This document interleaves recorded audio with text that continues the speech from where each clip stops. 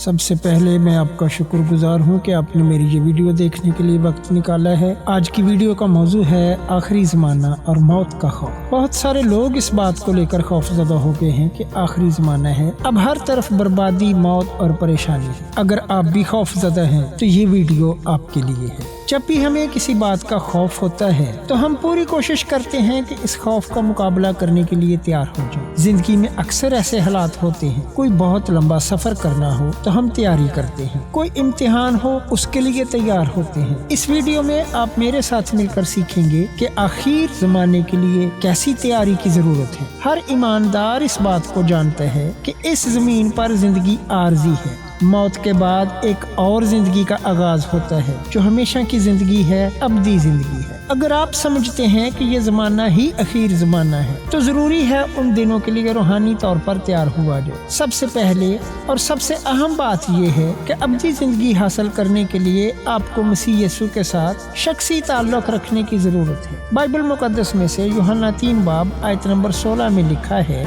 کیونکہ خدا نے دنیا سے ایسی محبت رکھی کہ اس نے اپنا اکلوتا بیٹا بخش دیا تاکہ جو کوئی اس پر ایمان لائے ہلاک نہ ہو بلکہ ہمیشہ کی زندگی پائے۔ رومیو 10 باب آیت نمبر 9 اور 10 میں لکھا ہے کہ اگر تو اپنی زبان سے یسوع کے خداوند ہونے کا اقرار کرے اور اپنے دل سے ایمان لائے کہ خدا نے اسے مردوں میں سے جلایا تو نجات پائے گا، کیونکہ راست بازی کے لیے ایمان لانا دل سے ہوتا ہے اور نجات کے لیے اقرار منہ سے کیا جاتا ہے۔ صرف اسی کے وسیلہ سے آپ اپنے گناہوں کی معافی حاصل کر کے خدا کے ساتھ ابدیت گزار سکتے ہیں۔ اگر خدا آپ کا روحانی باپ ہے تو پھر آپ کو واقعہ ہی کسی چیز کی فکر کرنے کی ضرورت نہیں۔ لوکا 12 باب آیت نمبر 32 میں لکھا ہے، آئے چھوٹے گلے نہ ڈر، کیونکہ تمہارے باپ کو پسند آیا کہ تمہیں بادشاہی دے۔ دوسری بات یہ ہے کہ ہر ایک مسیحی کو یسوع مسیح میں اپنی بلاہٹ کے مطابق زندگی گزارنے کی ضرورت ہے۔ افسیوں 4 باب 1 سے 3 آیت تک ہمیں سکھاتی ہے کہ جس بلاوے سے تم بلائے گئے تھے اس کے لائق چال چلو، یعنی کمال فروتنی اور حلم کے ساتھ تحمل کر کے محبت سے ایک دوسرے کی برداشت کرو، اور اسی کوشش میں رہو کہ روح کی یگانگی صلح کے بند سے بندھی رہے۔ یسوع مسیح کا جاننا اور اس کی پاک مرضی کے مطابق چلنا کسی بھی طرح کے خوف کو دور کرنے کے لیے بہت زیادہ کردار ادا کرے گا۔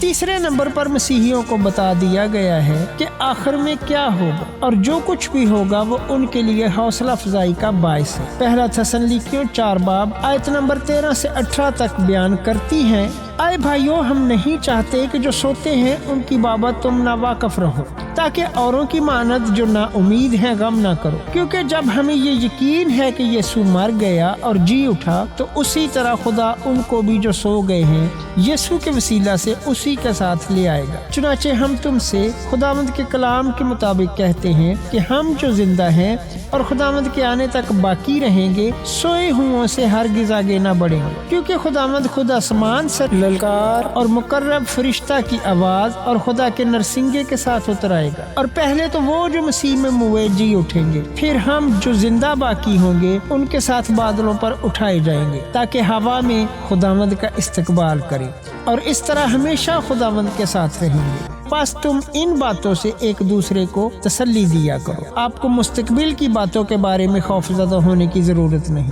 بائبل مقدس ہمیں اس کے متعلق مختلف تعلیم دیتی ہے۔ مستقبل کی باتوں کے بارے میں خوف کھانے کے برعکس ہمیں مستقبل کی باتوں کا خوشی کے ساتھ انتظار کرنے کے لیے کہا گیا ہے، کیونکہ مسیح میں ہم سب اٹھا لیے جائیں گے تاکہ اس کے ساتھ مل سکیں اور ہم ہمیشہ خداوند کے ساتھ رہیں گے۔